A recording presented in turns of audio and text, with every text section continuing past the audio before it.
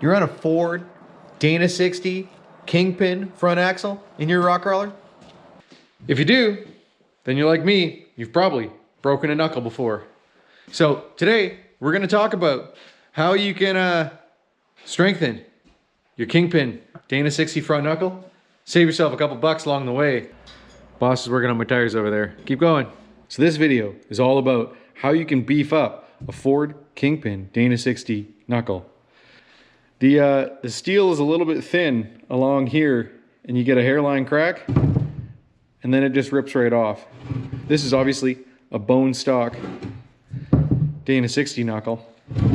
And there's upgrade knuckles. You can buy reeds, you can buy cranes, you can spend over $1,000 on a set of knuckles. But around here, that's not the way I like to do things. We like to do things the cheap and cheery way. And what is the cheap and cheery way of doing it? Well, some people would call it island spec, but that's making a gusset kit and welding it onto that knuckle. I, of course, have the plasma table, but there's nothing stopping you from cutting up some cardboard, getting out the angle grinder, and making this all work without a plasma table in your own shop. If you want to hit the easy button, I got these over on my website, these knuckle gusset kits. So go check that out. But let's cut one out.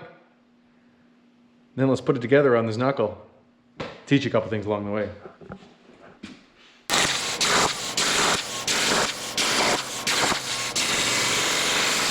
Now, like I said, if you look at this, you can obviously figure this out, cut this with an angle grinder. Next step in the process, I've cut these relief cuts here to make bending easier. We're gonna put her in the vise and bend it.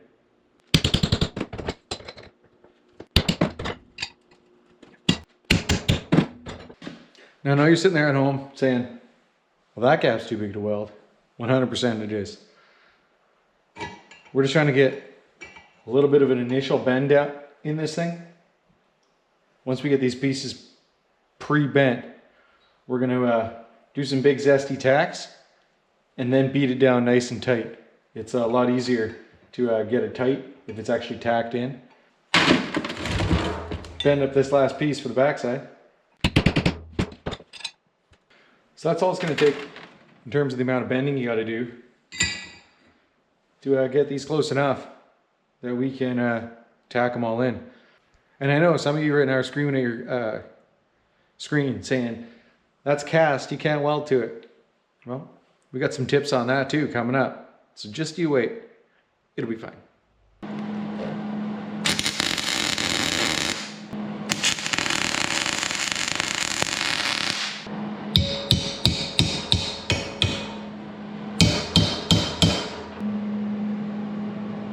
Now I recommend you run some 1/2-inch fine thread bolts into the holes just so you don't get welding slag in there when you're working on these next couple.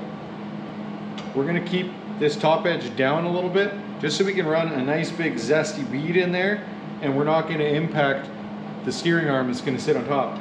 If you go up here and then run a bead, you're just going to end up grinding it all out so your steering arm can sit flat. So we're going to cheat it down.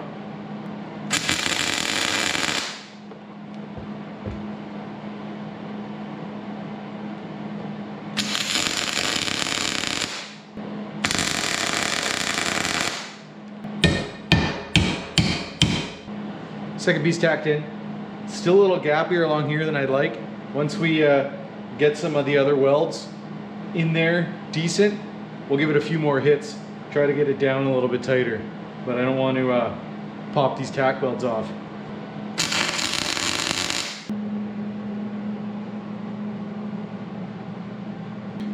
So we got 3 more pieces to put on. But before we do,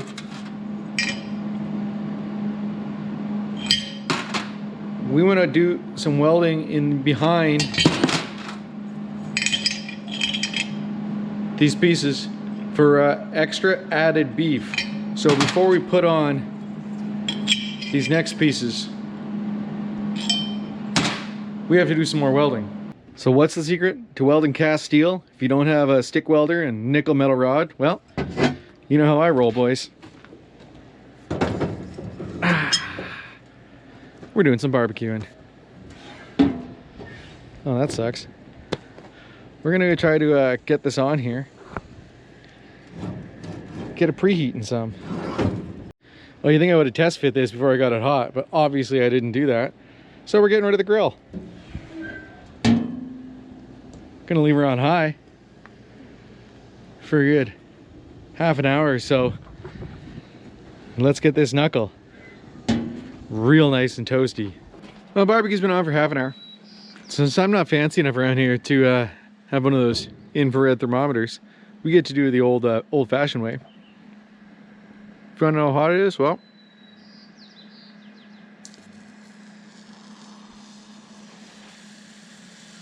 she's sizzling. So it's probably good on a preheat. Let's grab this thing out of here, throw her up on the bench again.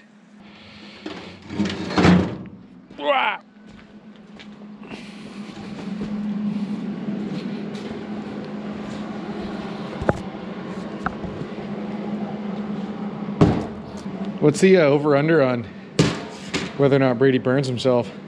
Odds are pretty high. We got the old Miller-Matic 180 set to 7 and 90. Let's hammer down.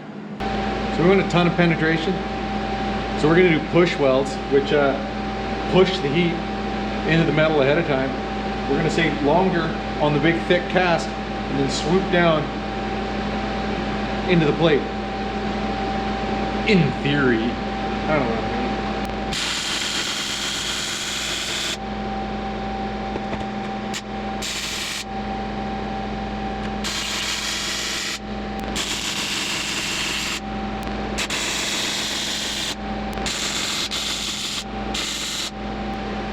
We got everything there welded out. We still got a few more of the slits to fill, but they're actually not covered by anything, so we'll do them at the end. This is getting hot.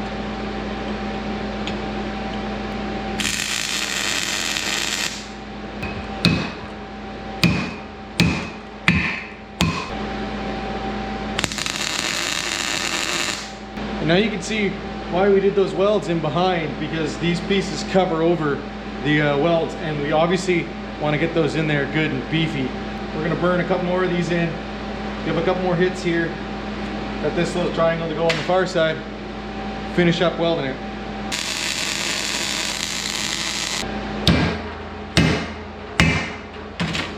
Left a whole bunch of really nice welds. Those ones are terrible and embarrassing. Nice. Don't touch it, Brady. All right, we got it all fully welded out. Aside from these disgusting boogers over here that we're gonna grind up, she's looking pretty good. Now, of course, we don't want it to cool down too fast, so we're gonna throw it back on the barbecue. It is ridiculously hot right now.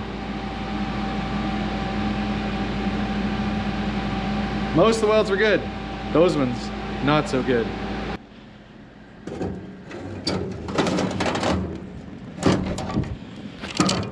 That's nice. Now we're gonna slowly cool it down with the barbecue here.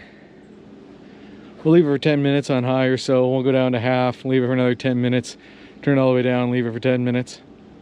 The whole reason for the slow cooling and the preheating is the cast steel and the mild steel heat and shrink at different rates. So that's where you get the cracks. So if you do a preheat, burn it in real good, and then slowly cool it down, then it will be less prone to cracking. And you might say, oh, I'm an idiot and I'm crazy. Well, we all know that. The ones on my rig have been in there since 2016, just like this. So those welds have not cracked in 9 years of hard driving. Probably time for shop soda while we cook this knuckle a bit more. Knuckles cooled down since yesterday. We all know I'm not a professional. Some of the welds look real nice. Those ones look terrible. So I ground them down this far. You can see they're full of porosity. So now I'm going to gouge them out and then refill them. And I don't need to do the whole preheat thing because this is actually just welding into the other steel. So I don't really want to leave that there. We're going to fix those couple welds up. Everything else looks pretty good. And you'll see no cracks anywhere. Well, another one there we're gonna gouge out and re-weld. But because we did the slow heat, the preheat, and the slow cool. The cast steel welded awfully nice. Ford Knuckle Gusset kit, finished up, painted, looks awesome. Then I talked to my buddy Nick. He happened to have a Dodge and a Chevy Knuckle that I could use for mock-up. So we're gonna design kits for those two. Not gonna bother filming it because it's the exact same process. Pieces are just gonna be slightly different shaped. While I have them all here, figured I would share with you guys, show you a little bit of the differences between these. This one is a Ford, a passenger side. These two are driver side. But where the Fords break is across here and here. These ones are a bit thicker. The way they're designed, they got more meat in there. Well, where the weak link on the Chevy one is apparently because of this steering stop. If you're using crossover steering, you'll crack them right here. So we're gonna make sure the kit comes all the way down, ties that in for a little bit of extra beef. Now, like I said earlier in the video, you can definitely pull out the end grinder, get out some cardboard, figure out one of these kits yourself. If you wanted to let me do all the figuring, head on over to the website. We'll have all three of these up there. But that's how to add a little bit of island spec beef to your island spec rig without spending over $1,000 on a new set of crane or reed knuckles. Thanks for tuning in. Boss says we gotta go.